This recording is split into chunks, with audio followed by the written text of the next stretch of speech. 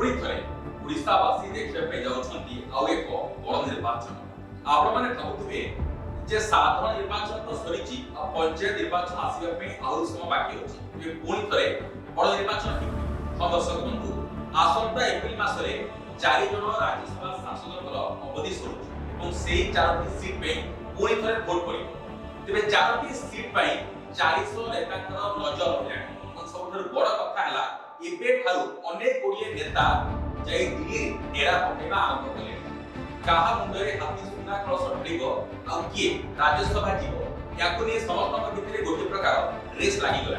अनेक गुड़िए विधानसभा लोकसभा हारिथिबा नेता लिस्ट होछन्ती आ गुड़िए संगठन में काम करिबा नेता मध्ये होछन्ती और समस्त चौंके किछि नुवा नेता को मध्ये विभिन्न दल पठेबा पे योजना रखछि सबसे बड़ कथा होछि भारतीय जनता पार्टी ए 4टी आसन 3टी आसन हाथिबा पे नजर रखिबा बेले बिजू जनता दल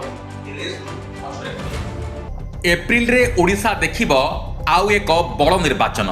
राज्यसभा सांसद सुजित कुमार ममता महंत निरंजन बिसी और मुना खांक कार्यकाल सरुछि ए 4टी जाक आसन प्रथमे बीजेडी थिला ओडिशा रे शासनर परिवर्तन परे शिविर बदलाइथिले सुजित एवं ममता एबे बीजेपी रे 2 और बीजेडी रो 2टी आसन रहिछि संख्या गणित रे 2टी राज्यसभा आसन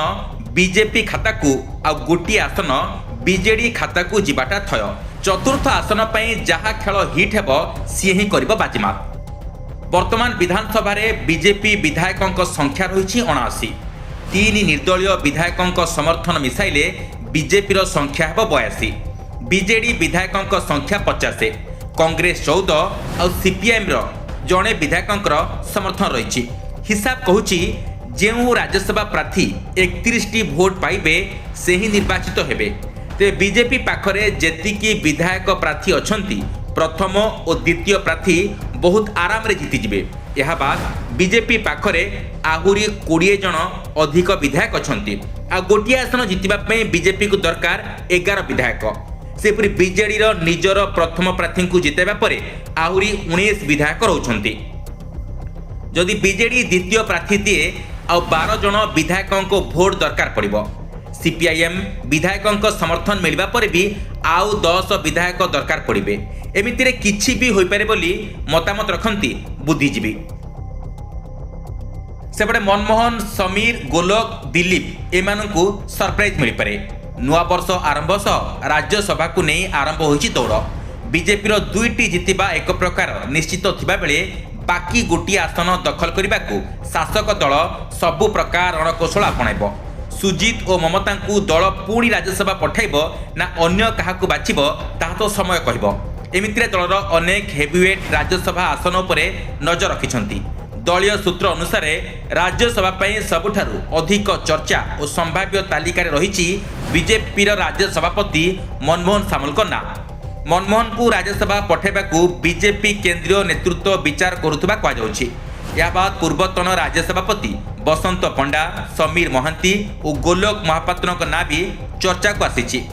नुआपड़ा उपनिर्वाचन में बसंत तांको पुओ अभिनंदन को दल विधानसभा टिकेट दे नथिला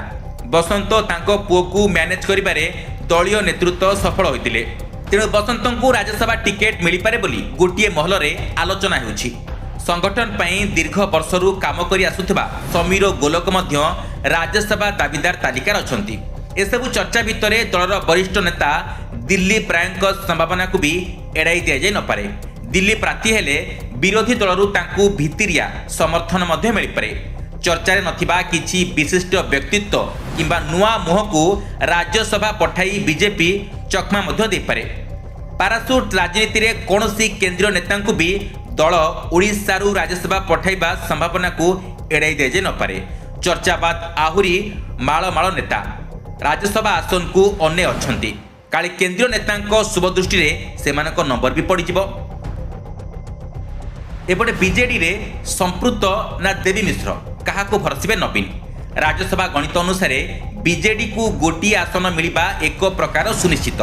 बीजेडी रे दाबीदार तालिका बेस लंबा रही सबुठार अधिक संभावना रही संतृप्त मिश्रंकर संतृप्त को दिल्ली राजनीति में सक्रिय रखिपारती बीजेडी सभापति नवीन पट्टनायक ଏହା ବାଦ ଦଳର ବରିଷ୍ଠ ନେତା ଦେବୀ ପ୍ରସାଦ ମିଶ୍ର, ପ୍ରଣବ ପ୍ରକାଶ ଦାସ, ସଞ୍ଜୟ ଦାସ ବର୍ମା, ଅଶୋକ ପଣ୍ଡାଙ୍କ ନାଁ ବି ଚର୍ଚ୍ଚାରେ ରହିଛି।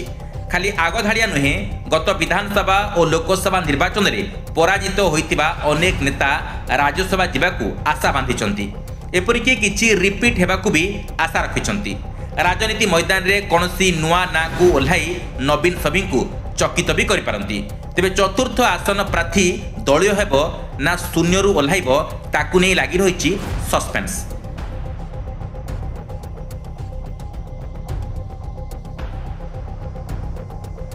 Bureau report, news alert 24x7।